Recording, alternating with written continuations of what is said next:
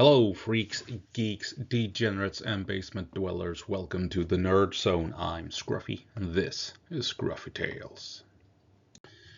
And I figured why not talk a bit about Gene Roddenberry's two iconic warrior species in Star Trek and Andromeda, a proper warrior showdown between these two universes, and we're obviously talking about the Klingons and the Nietzscheans.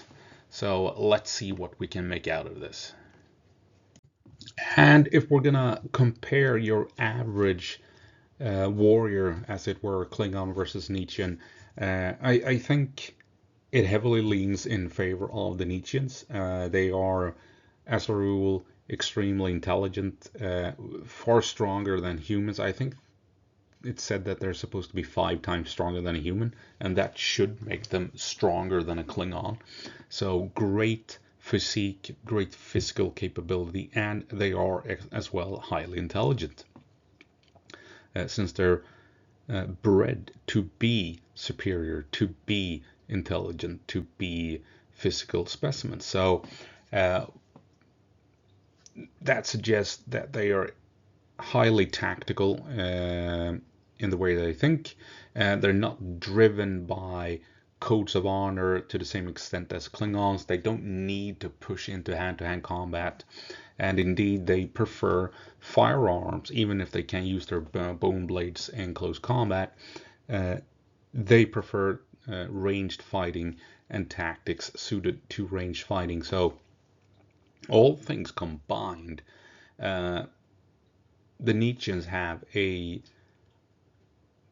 tremendous advantage over your average Klingon. I feel they are stronger, faster, smarter, and should at least rely on sensible tactics compared to the Klingons, who are driven by honor in a search for glory in their bloodlust, and they want to push into close combat, and that will expose them to clever tactics used by an intelligent enemies such as the Nietzscheans. That said, though, should the Klingons get into melee with Nietzscheans, I think it heavily now leans over in the favor of the Klingons. Nietzscheans do not have dedicated close combat weapons apart from their bone blades, and they have an entire martial art dedicated to using them in hand-to-hand combat.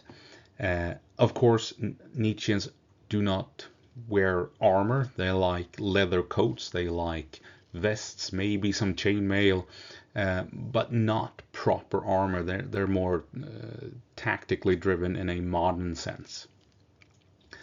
That leaves them extremely vulnerable to strikes from melee weapons. And Klingons, of course, wear armor. They are kitted from top to bottom in armor that should protect them against bone weapons like the Nietzscheans utilize. And of course, Klingons, they have butleths, they have kurleths, they have mekhleths, they have daktach, they have a whole host of various weapons that would give them a massive advantage, tremendous advantage over the Nietzscheans in hand-to-hand combat. So combined with their armor and their weapons, if they can get in close combat with the Nietzscheans, then the Nietzscheans are in an extreme disadvantageous position. You could argue, of course, that the Klingons would use transporters to outflank Nietzscheans and get in close and fight them hand to hand. If you want to talk about utilizing every aspect of Star Trek technology.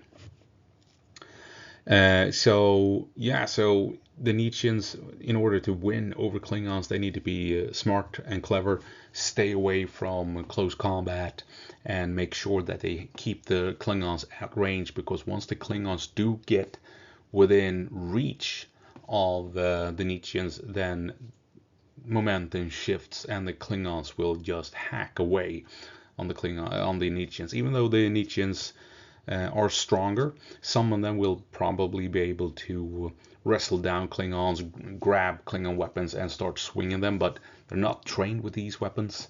They're not used to handling these weapons, and even if they are used to melee using their bone blades, that is still should not compensate for the raw bloodlust that Klingons have and years of experience Klingons have fighting in hand-to-hand combat, relying on melee weapons.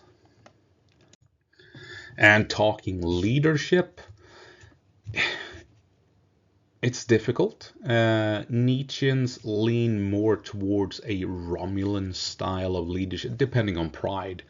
That is what they're called, their clans, obviously. But Nietzscheans, they are Machiavellian. They don't have to pursue honor. They do not have to pursue ritualistic duels or what have you. They very much will rely on sneak attacks, ambushes, backstabbing, what have you, in order to win. Klingons, on the other hand, they are bound by strict codes of conduct, honor, glory, stuff like that. Even though if they can get away with sneaky dealings, the leaders will do that. But it's important to keep it out of, to not let your troops or society at large know that you are a dishonorable bastard, as it were. But I think Nietzscheans have an advantage in terms of leadership. They will make decisions that Klingons will refuse simply because it's dishonorable. Klingons will push the advantage or will push into combat even if it's not advantageous, and that will allow Nietzscheans, just like Romulans are able to do, to trick Klingons into attacking when they really should be holding back and waiting and keeping their cool instead. Of course, if you do have a proper Klingon leader, then that could actually become problematic for the Nietzscheans if it is a Klingon warlord who understands, that's the dog in the background, who understands tactics and strategy, who understands how to utilize his Klingon warriors, their aggressiveness to the best of their abilities.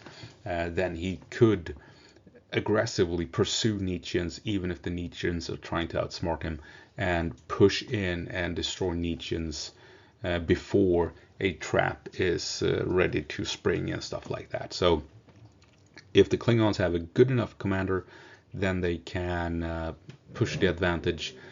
But as a rule, I do believe that Nietzscheans have the edge in terms of leadership. They are highly intelligent, and they are sly, cunning, and sneaky, just like Romulans.